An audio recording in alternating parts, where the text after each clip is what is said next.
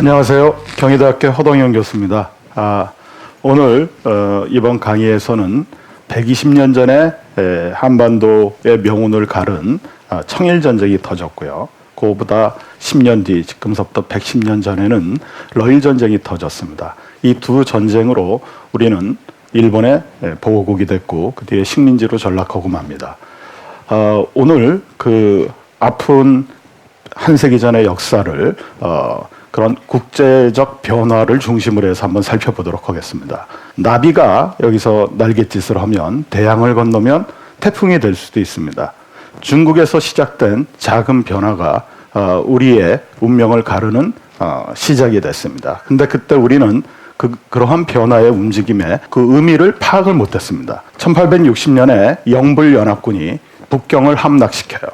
영불연합군이 북경을 치고 들어가서 그 북경이 함락되고 자금성이 불타고 황제가 만주로 그 이열을 합니다. 그러니까 몽진이라는 표현이 있는데 먼지를 뒤집어 쓴다라는 건 그쪽으로 피신을 했다는 얘기예요. 이렇게 되니까 우리나라에 그 1860년의 북경조약이 어떤 영향을 미치냐 하면요. 먼저 중국의 변화에 대해서 설명을 드릴게요. 중국은 이 지금 사진을 보시면 대포를 만들었어요. 1860년에 북경이 함락되고 나서야 중국이 정신을 차렸습니다. 적어도 무기와 기술에 있어서는 서양 오랑캐한테 뒤졌구나.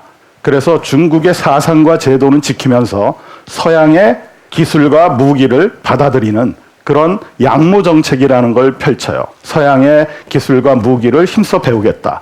그때 그 모토가 중체서용이에요.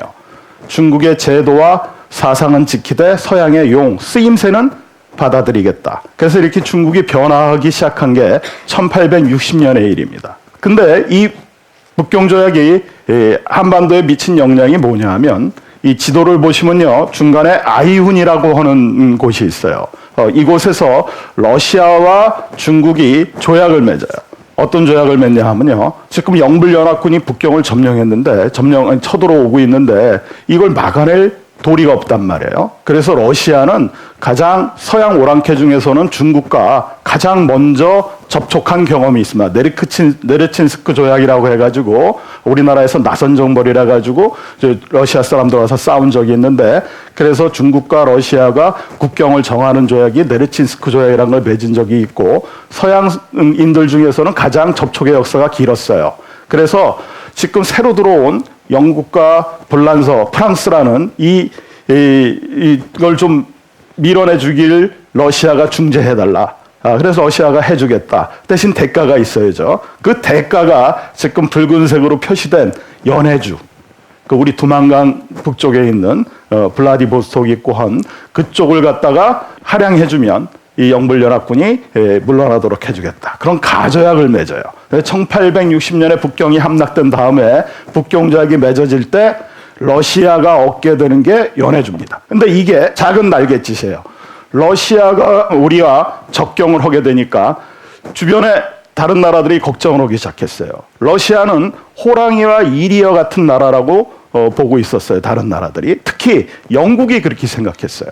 왜냐하면 세계 최강의 나라가 영국이었는데 영국을 위협할 수 있던 나라가 대륙 세력 중엔 러시아예요. 이 둘이 세계적으로 쟁패를 벌이고 있었어요. 냉전 시대에는 미국과 소련이 부딪혔다면 100년 전 제국주의 시대 때는 러시아와 그 영국이 부딪혔어요.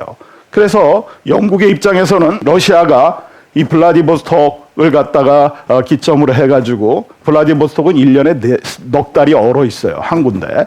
그러니까 한국으로 내려와서 원산이나 진해 같은데 이런 데를 갖다가 항구로 얻게 되면 태평양으로 내려오게 돼요. 그러면 영국의 입장에서는 중국 무역, 인도 식민지 경영에 막대한 타격을 입게 됩니다. 그러니까 이 러시아를 견제하기 시작하는 게 바로 1860년 연해주를 얻고 나서부터예요. 그러니까 이렇게 되니까 우리나라를 둘러싼 열강 사이의 세력 균형이 깨져요.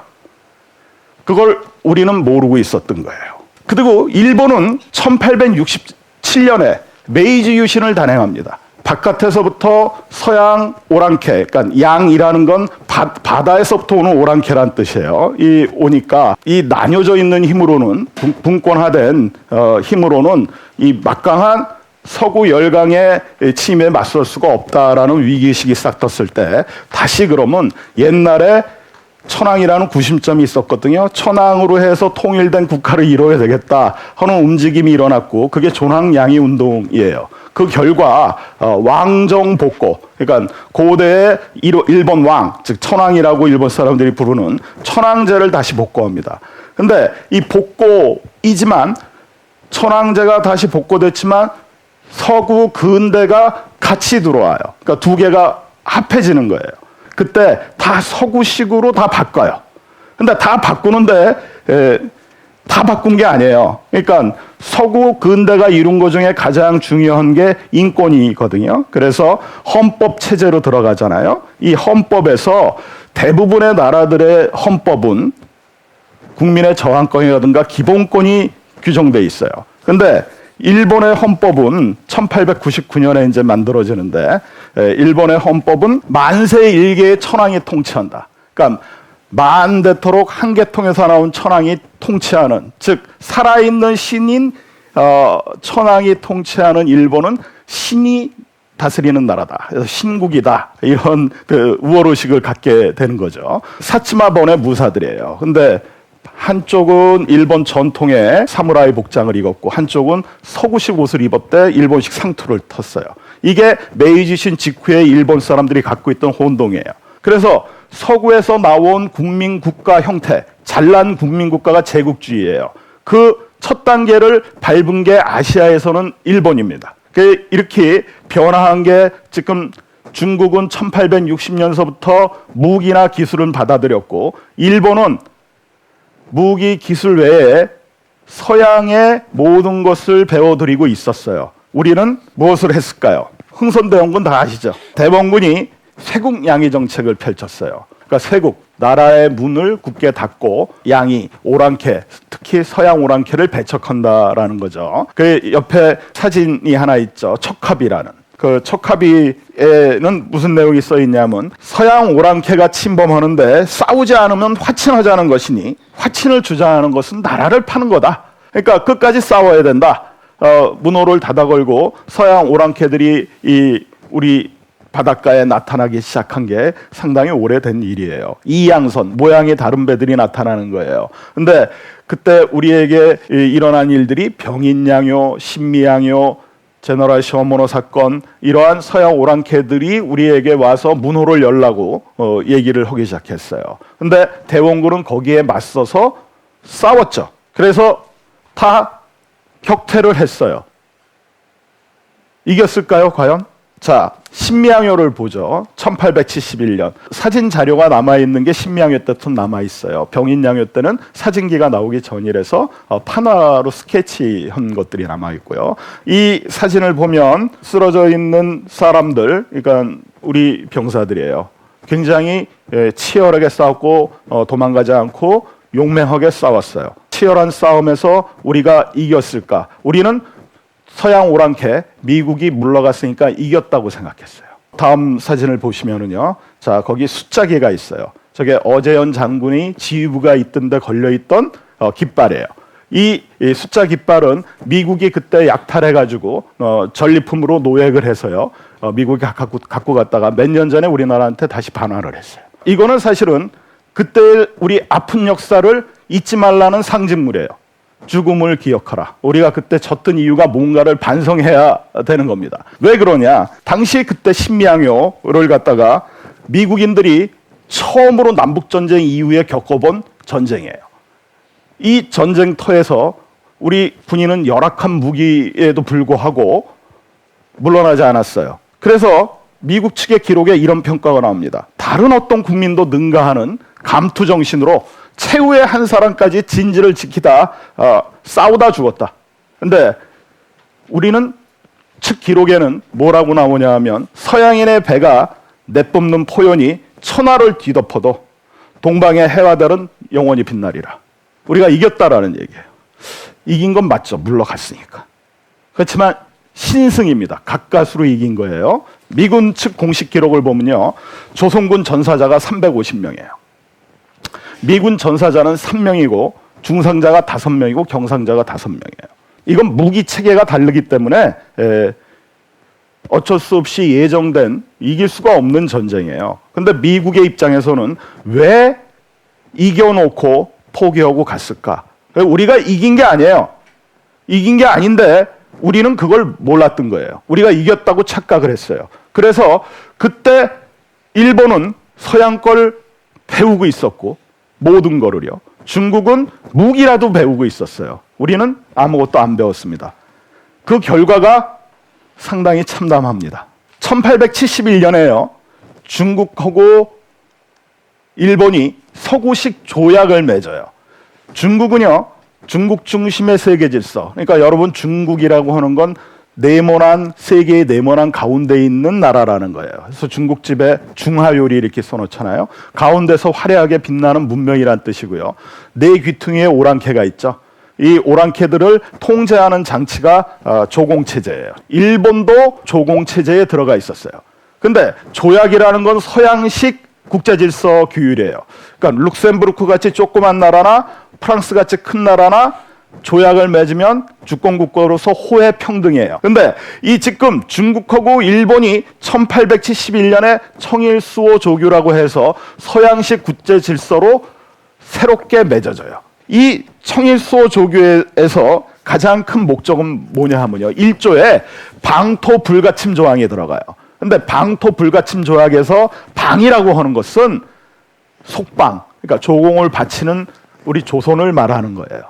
그러니까 조선은 중국의 속방이다 하는 것을 인정해라 하는 게 청일수호조규 1조에 들어간 거고, 대신 중국과 일본은 동등한 주권국가로서 밑이 아니다라는 거예요. 중국의 밑이 아니라는 걸 갖다가 저거 한 거죠. 그래서 청조가 종래 속방으로 간주하던 일본과 대등한 조약을 맺었다는 게 하나의 특이한 사항이고, 그리고 동아시아 국가 체제에서 이제 조공 체제라는 게 무너지고 조약 체제라고는 새로운 국제 질서로 바뀌고 있을 때가 1871년이에요. 근데 우리가 조약을 처음으로 맺은 게 언제죠?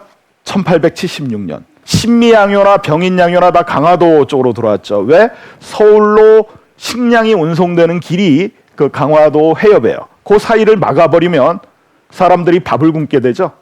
그러면 폭동이 일어나요. 서구 열강에 제3세계 침략할 때 쓰는 정책이 포함외교예요. 딱 차단을 해버리고 물자가 못 들어가게 하는 거예요. 일본도 그걸로 해가지고서 그 포함외교에 굴복해가지고 미국에 개항을 당해요. 근데 그 방법 그대로 우리에게 쓴 게 1875년 운양어 사건입니다. 그래서 그 뒤에 맺어지는 게 강화도 조약이에요. 그래서 우리도 서구식 국제질서에 편입이 되게 되는 거예요. 이 강화도 조약은 불평등 조약이에요. 지금 이게 강화도의 연무당이라는 건물에서 조약을 맺는 것을 갖다가 보여주는 그림입니다. 이 밖에는 대포도를 쭉 늘어놓고 위협적인 분위기에서 그 조약을 체결하는 거예요. 강화도 조약 제일 처음에 1조가 뭐냐 하면요. 조선은 자주국으로 일본과 평등한 주권을 보유한다. 굉장히 좋은 얘기죠. 근데 이건 뭐냐 하면 1871년에 중일 간에 청일 간에 맺어진 조약 1조를 부인하는 거예요.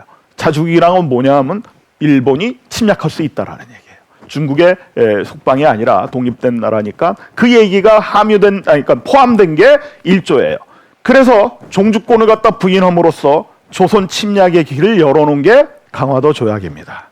자, 이런 일들이 벌어지게 된 게 왜 벌어졌냐?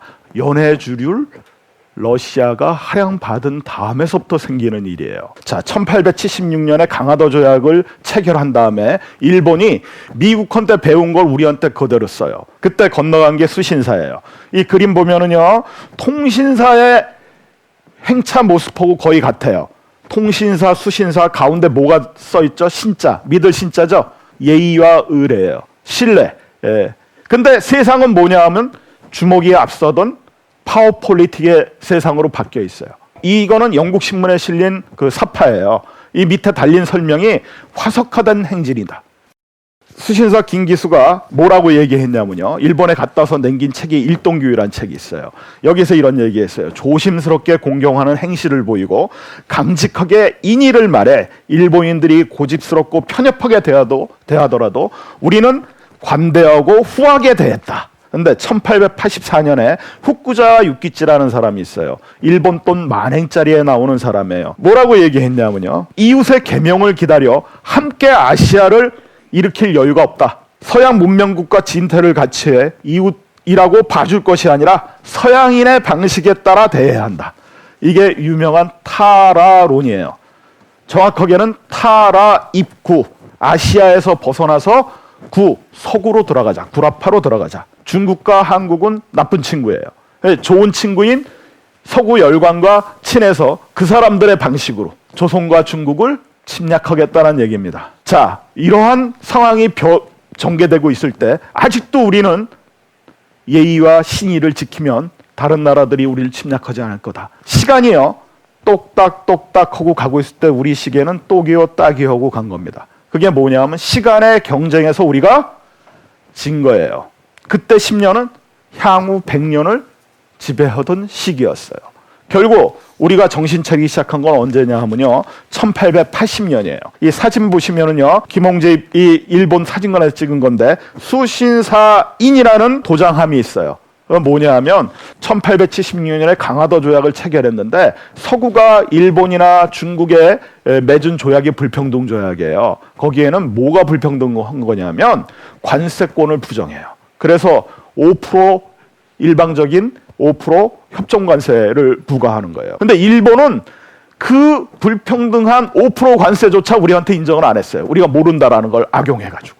그걸 나중에 알고서 계속 관세권을 회복하려고 노력을 했어요. 80년에 수신사가 간 게 김홍집이 간 이유는 세칙 협상을 위해서 갔어요. 근데 일본 정부 당국자들이 뭐라고 물어봤냐면 전권을 위임받았느냐, 그러니까 국왕이 당신이 마음대로 할 수 있게 위임장을 줬느냐, 그것도 몰랐죠. 없다. 그러니까 그러면 협상해도 도장 갖고 간 게 찍을 데가 없게 되는 거예요. 그러니까 이제 1871년에 중국하고 일본이 조약을 맺었죠. 그리고 서구식 관례대로 동경에는 청국공사관이 개설돼 있었고, 이 김홍집이 중국말은 못해도 필담이 가능하죠. 그래서 믿을 수 있는 게 중국이니까 그래도 일본보다는 가가지고 청국공사관 직원들하고 세계 정세에 대해서 이제 필담을 나눈 거예요. 그때 중국 공사관 직원 중에 황준원이라고 하는 사람이 김홍집에게 필담한 내용을 김홍집이 돌아올 때 책으로 만들어줬어요. 그게 조선 책략이에요. 조선 책략이 뭐냐? 조선이 어떻게 하면 살아남을 수 있느냐?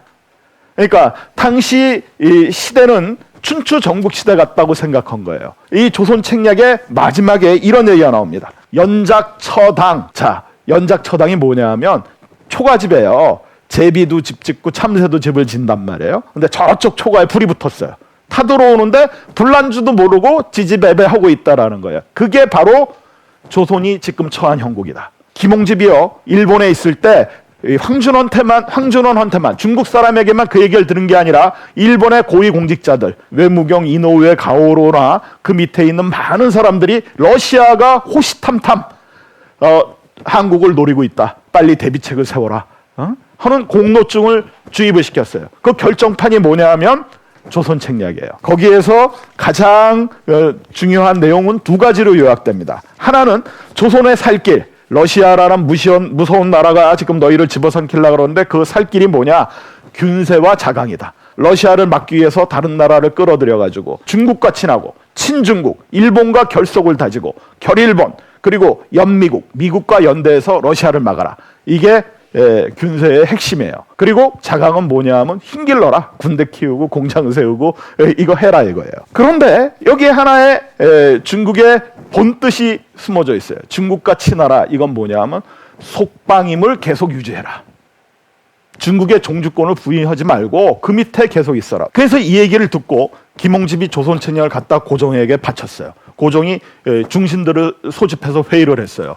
큰일 났다. 러시아가 우리를 호시탐탐 노리고 있다. 이런 상황에서 우리가 벗어나려면 어떻게 해야 되느냐. 자강해야 되고 균세, 세력 균형을 해야 되겠다. 그래서 통리기무화문이라는 건요, 의정부와 맞먹는 기관이에요. 의정부와 육조 말고 새로운 업무, 무역하고 외교 맺고 말이죠. 그리고 군사 키우고 하는 걸 만들 새로운 기관으로 통일기무함으로 만들었어요. 그리고 그거를 우리가 다 할 수가 없죠. 그러니까 조사 시찰단은 뭐냐 하면 벼슬하는 관리들인데 일본에 보냈어요. 일본에 보내서 일본의 세관은 어떻게 돌아가고 군대는 어떻게 훈련시키고 그리고 일본의 외무성, 대장성 뭐 이런 각 성들 있죠. 여기서는 어떤 직제를 갖고 있고 무슨 일을 하고 어떻게 일을 하는가 이거를 넉 달에 걸쳐서 일본에 가서 다 조사를 했어요. 그래서 이러한 고급 지식은 그 일본을 통해서 배우려고 그랬고요. 그리고 영손사 이건 뭐냐면 선발해서 이끌고 간다는 거예요. 대포 만드는 공장이요. 북경 앞에 천진에 있었어요. 이 천진에 있는 기기창이라는 공장이 있었거든요. 여기에 우리나라에서 그 대장장이 제일 잘 철 다루는 사람 뭐 이러한 기술자들 있죠. 이런 사람을 100여 명을 선발해서 이끌고 간 거예요. 김윤식이라는 사람이. 그래서 영선사예요. 그래서 1년 동안 거기다 유학을 시켰어요. 그리고 별기구는 뭐냐 하면 일본 교관을 초청해가지고 신식 군대 훈련을 시작했어요. 이 앞에 선 사람이 일본 호리모토라는 일본인 교관이고 이 신식 군대인 별기구는 우대를 하고요. 구식 군대들은요 월급을 안 줬어요. 그러다가 1년이 넘어서 13개월 만에 급여를 줬는데 돌이 반 섞인 썩은 쌀을 준 거예요. 그러니까 구식군들이 이 불노해가지고 터지는 게 이모군란이에요. 이모군란이 터지면서 대원군이 다시 집권을 해요. 또 대포 쏘고 쇄국할 거 아니에요. 그죠? 그리고 일본이 여기에 공사관이 있던 게 불탔어요. 그러니까 일본군도 출동하고 중국군도 출동했어요. 중국군 3,000명이 이모군란 때 들어옵니다. 우리나라에. 이제 3,000명이나 되는 군대가 어디 들어오냐면요. 서울운동장 있던 거기에 3,000명이 들어와서 주둔을 하게 된 거예요. 진짜 예전에는 힘으로 때리면 안 되는 거예요. 근데 이제는 때리기 시작했어요. 그러니까 서구 열강을 흉내내는 세칸다리 임페리알리즘으로 바뀐 거예요. 부차적 제국주의 국가가 됐어요. 이모군란은요. 그 역사 시기를 거꾸로 돌렸고요. 이거에 반발해가지고 생긴 게 갑신정변이에요. 자, 갑신정변은요. 김옥균, 서강범, 박용효 이런 사람들이 일으킨 메이지 유신, 일본을 따라서 급격한 변혁을 일궈내려고 했던 게 갑신정변이에요. 근데 이거는 갑신정변에 대해서는 수식어가 붙어요. 무슨 수식어가 붙냐면 3일 천하. 그러니까 3일 동안 집권했다가 무너져요. 이 사람들은 서구 근대를 가서 미국에서 대학 배우면서 배운 게 아니에요. 어깨 너머로 본 거예요. 어설펐어요. 김옥균이 믿은 건 청벌전쟁을 하고 있는데 여기서 다시 다른 외세와 전쟁 일으키지 않을 것이다. 그래가지고 이 김옥균이 처음에 믿은 외세는요 미국이었어요. 왜냐하면 조미조약 1조에 무슨 얘기가 있냐면요 거중조종이라고 하는 외교 용어가 있어요. 거중조종은 뭐냐 하면 만약에 조선이 다른 나라의 침략을 받거나 그리고 모욕을 당하면 미국이 나서서 중재해 주겠다는 얘기예요. 우리는 그거를 금과 옥조 진짜로 믿은 거예요. 근데 이거는요 수사, 정치적 수사예요. 꾸민 말. 그래서 지금 중국이 우리를 이렇게 압제를 하니까 미국이 좀 도와달라. 근데 미국은요 이 푸트공사라는 사람이 초대 주미공사로 왔는데 이 사람이 오자마자 한 일이 뭐냐 하면 우리나라가 어떤 나라인지를 조사해서 미 국무성에 보내는 거예요. 처음에 파견된 초대 주미공사는요 직함이 특명정권공사였어요. 이거는 동경에 파견된 거랑 북경에 파견된 거랑 같아요. 그러니까 우리가 그 정도로 중요한 나라로 생각한 거예요. 근데 와서 조사를 해보니까 미국은 그때 당시 있죠. 무역이 제일 큰 이권이에요. 국익에. 근데 한국은 수출할 게 쌀하고 소가죽, 사람 머리털밖에 없다. 그러니까 미국이 이 푸트공사를 강등시켜.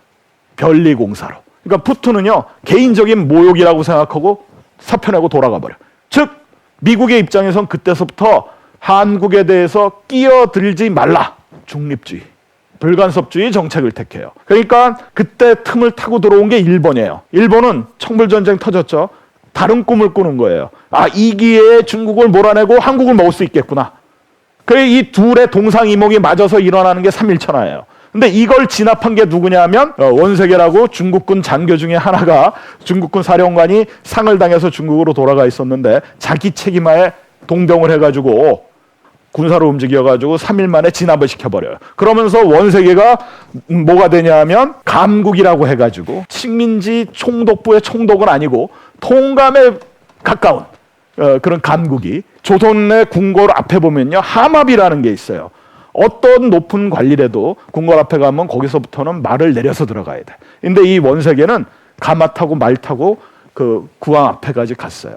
그러니까 굉장히 무례했죠. 이렇게 원세계가 횡포를 부렸어요. 그때 제일 크게 한 게 뭐냐면 한국 사람들이 머리에 먹물이 들면 어떻게 해요? 김옥균, 박영효, 서강범 중국에서부터 벗어나려고 그러죠. 그러니까 먹물이 못 들게 하려면 새로운 지식을 못 배우게 하는 게 최선이죠. 1881년서부터 1884년 갑신정변 일어날 때까지 일본에 유학생이 한 100명 나가 있었고 미국에 육일준이라는 유학생도 갔었어요. 다 소환을 해서 유학생들 죽였습니다.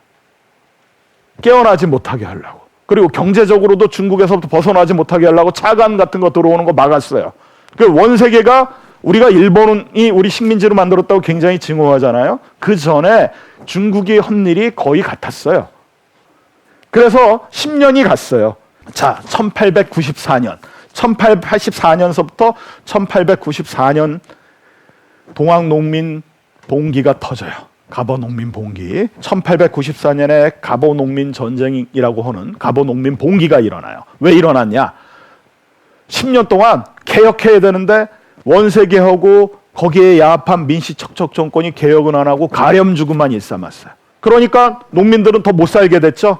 그러니까 대원군 때는요 좀 깎아줬거든. 그러니까 구관이 명관이다 하는 생각이 든 거예요. 전봉주는 대원군하고 연계가 돼 있었어요. 그래서 일어나는 게 동학농민 봉기예요. 이게 터지니까 진압을 못하니까 중국이 개입을 해요. 전주에 전봉주 군대가 있었거든요. 거기에 가까운 아산 쪽으로 상륙을 해요. 그때 일본이 내각이 총탈핵을 당했어요. 그 안의 위기를 해소하기 위해서 일으킨 게 뭐냐 하면 군대를 동원해서 한국에 군대를 파견한 거예요. 그러면서 청일전쟁 일으키는 거예요. 요청도 안 했어요. 근데 일본군이 제물포로 상륙해요. 그리고서 일본이 항상 하는 게 러일전쟁, 청일전쟁, 하와이 진주만 기습이에요. 선전포고 이전에 적의 주력을 먼저 타격을 줍니다. 성안 앞바다에 그러니까 아산에 있는 중국군 군함을 갖다 격침시키고 급습을 해요. 이 청일전쟁이 터지면서 그때 같이 일어나는 게 뭐냐 하면 동학농민봉기도 있었고 갑오경장이라는 거 들어보셨죠? 그러니까 10년 전에 일본과 연동해가지고 일본식 개혁을 하려던 개화파들은 원세계가 있는 동안에는 숨도 못 쉬고 있었어요. 근데 일본이 다시 진출해서 경복궁을 점령하고 청국군을 쳐서 청국군이 쫓겨서 평양성 있는 데로 도망갔고 나중에는 만주로 도망갑니다. 그 상황에서 벌어지는 게 갑오경장이에요. 그러니까 이러한 개혁들이 벌어지고 허든 게 지금 1894년에서부터 지금 몇 년이에요? 120년이죠. 그래서 우리가 120년 전의 역사를 왜 보느냐?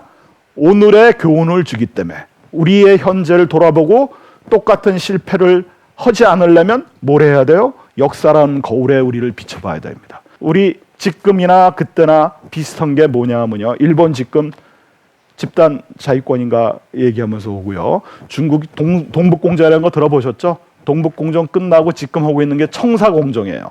청나라 때 우리를 어떻게 하려고 그랬죠? 속국으로 계속 묶어둘라 그랬죠.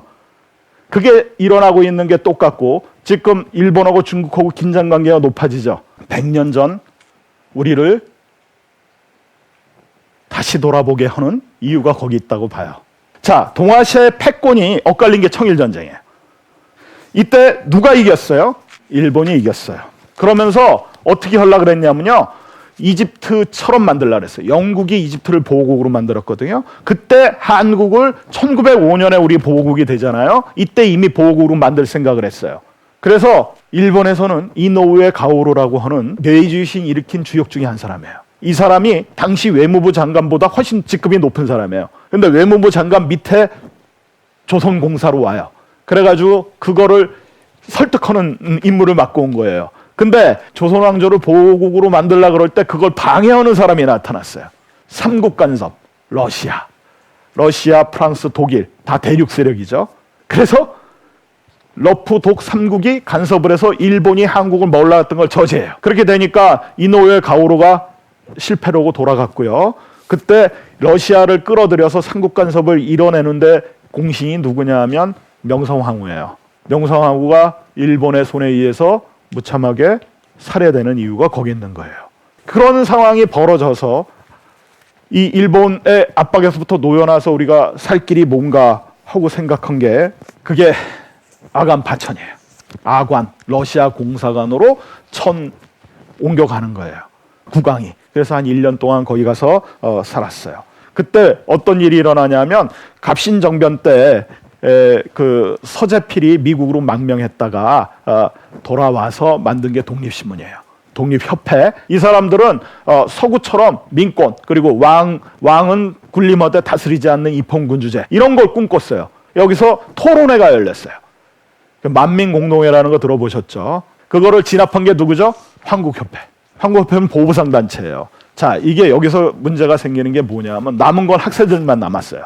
양반 관료들은 한국협회 들어와서 저거 하니까 다 도망갔고 남은 건 학생이었고 진압한 사람들은 한국협회 부르주아가 될 수 있는 사람들이었어요. 서구 근대를 이끈 거 원래 부르주아예요. 부르주아가 돼서 새로운 시대를 열어야 될 한국협회는 보부상 단체였다 그랬죠. 그러지 않았다는데 우리 역사에 그 아픔이 있다라고 생각이 됩니다. 자, 최초로 열린 공론장이에요.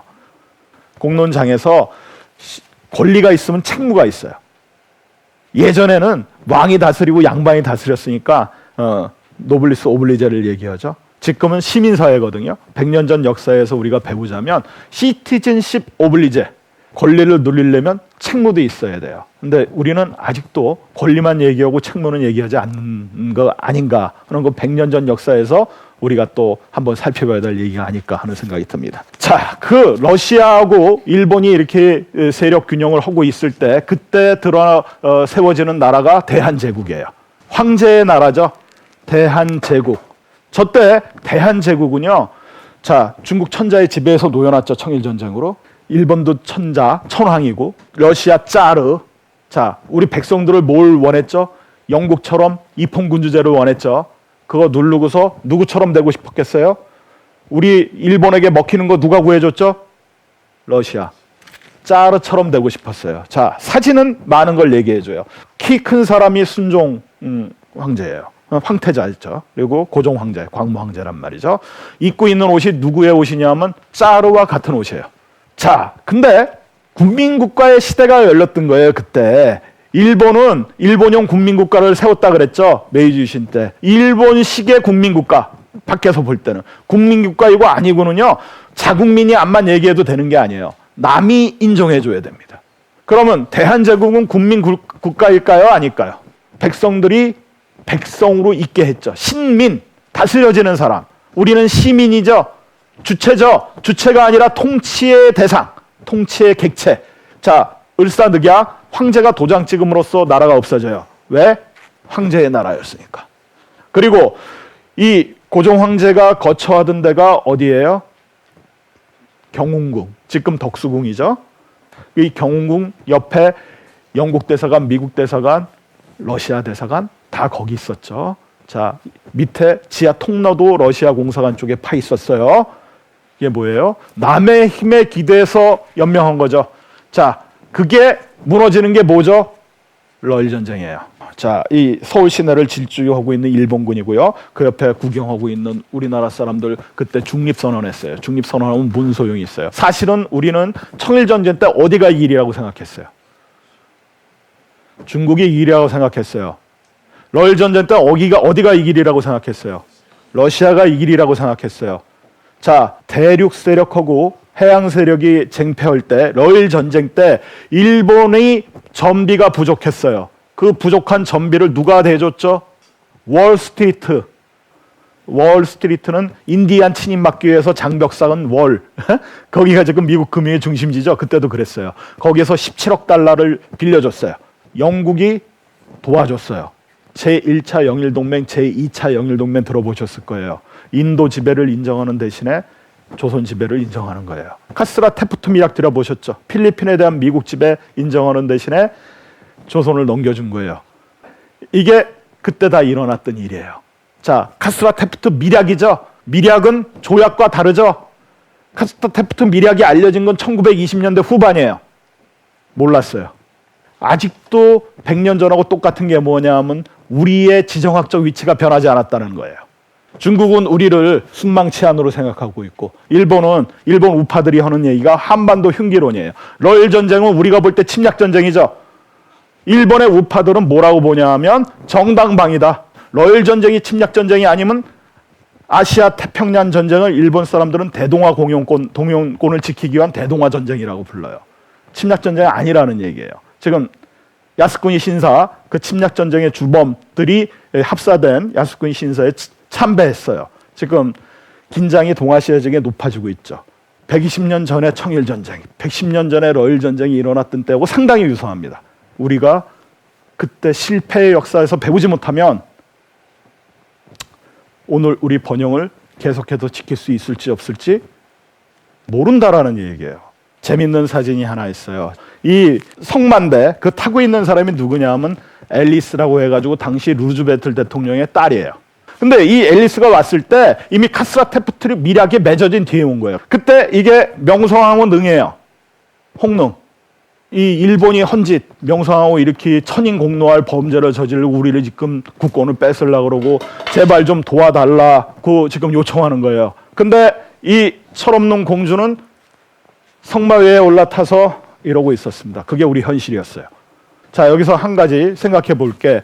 우리가 1905년에서 1910년 보호국으로 넘어갔다가 식민지가 될 때까지 5년이 걸렸어요. 그죠? 왜 5년이 걸렸을까요?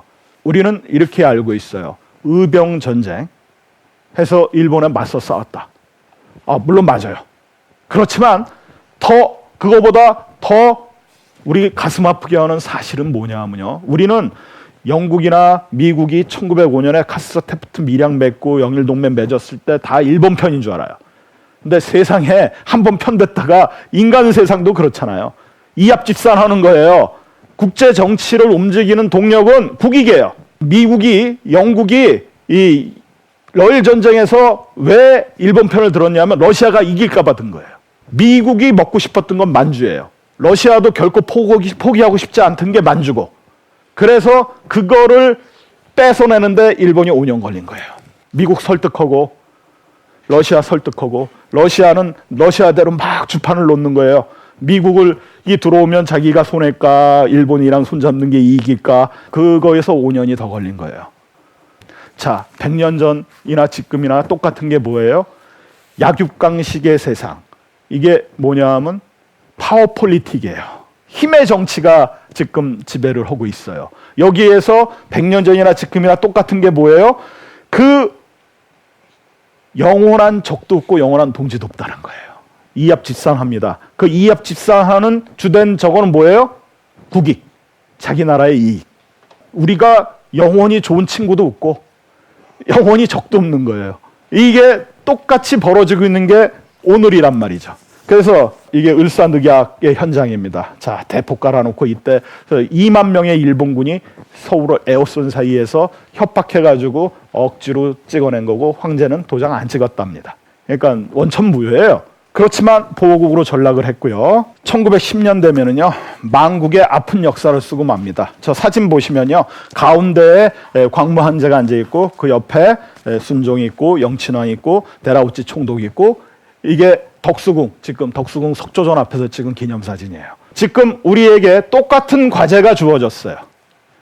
약육강식의 국제정치판이 다시 돌아왔고 100년 전이나 지금이나 불변하는 건 뭐예요? 지정학적 위치예요. 중국은 우리를 순망치안으로 생각하고 일본은 자신들의 가슴을 겨누는 흉기로 생각하고 100년 전에는 우리가 살 길이 세력균형하고 자강이었죠. 지금도 마찬가지예요. 거기에 뭐가 있어야 되느냐? 100년 전에는 우리가 청일전쟁, 러일전쟁 할 때 구경꾼, 아까 그 사진 봤죠? 구경만 하고 있었어요. 지금 우리는 그렇진 않죠. 자, 우리 주변에 강자가 있더라도 이 골목에서 요새 놀러 간 기억들이 없을 거예요. 아파트 세대들은. 근데 선생님 어렸을 때는요, 골목에 골목대장이 있었어요. 이 골목대장이 이 주먹으로 이제 그 골목을 편정한다면 정글의 법칙이 저걸 한단 말이죠. 이 골목대장한테 맞으려면요, 안 맞으려면 10대 맞더라도 코 한 대 때려야 돼. 그래서 코피가 나면 그 골목대장이 날 때리고 싶어도 자기 코피 날 각오를 해야 때리는 거예요. 그죠? 그게 우리 지금 현실인 거예요. 자, 100년 전 우리가 이 아픈 역사를 돌아보면 말이죠. 느껴지는 게 많아요. 지금 다시 한번 정리를 해보죠. 100년 전에 그 우리가 생존 전략으로 세웠던 균세와 자강 아직 유효합니다. 자강 우리를 지킬 수 있는 힘 가져야죠. 우리 지금 시민사회를 살죠. 시민들이 권리만 주장해서는 안 되는 거예요. 책무 다해야 됩니다. 지금 100년 전하고 유사한 상황이 돌아오고 있을 때 오늘의 역사의 주인은 누구냐면 우리 모두입니다. 시민으로 깨어있는 여러분들, 특히 젊은 세대들, 과거에 100년 전, 한 세기 전에 아프디 아픈 우리 역사가 사실은 아까 말씀드렸죠. 와신상담해야 될 부분이라고. 우리가 그걸 안 하면 역사를 돌아보지 않는 민족은 망합니다. 우리 역사 속에 우리의 해법이 있는 거예요. 우리가 살 길은 그쪽에 있다라는 거예요. 아프지만 와싱삼다. 우리가 깔고 누워서 항상 등이 베기는 뗄나무이자 핥아서 쓰구나. 그렇지만 이 굴욕을 넘어서기 위해서는 우리가 어떻게 해야 되지 하는 걸 깨닫게 해주는 그게 한 세기 전에 우리 슬픈 역사입니다. 러일 전쟁 110년 전에 일어났죠. 청일 전쟁 120년 전에 일어났죠. 그때를 다시 돌아보며 우리 미래의 진로를 걱정하고 우리를 돌아봐야 되는 이유가 거기 있지 않나 하고 생각됩니다. 강의 들어주셔서 감사합니다. 이상으로 오늘 강의는 마치도록 하겠습니다.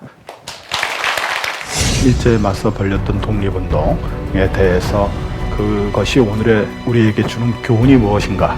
일본하고 중국이 천자천왕으로 높다면 조선 국왕은 그 밑이란 말이죠. 그러니까 그거를 인정해라. 이게 바로 일제시대 때 태영을 하던 틀이에요. 토지조사 사업이라는 게 실시가 됐어요. 또 다른 형태의 착취자가 등장하게 된 거죠. 1919년 2월 8일 28 독립선언서를 읽고 제대로 된 나라의 자유와 평등을 누리는 문명국으로 가자. 그때 일어나는 게 3.1운동이에요. 누구나 다 나와서 만세를 불렀고 자유와 평등을 누리는 주체로서 거듭나기를 바란 거죠. 이런 이상을 세우고 그걸 이루기 위해서 노력해왔고 우리의 오래된 미래였어요.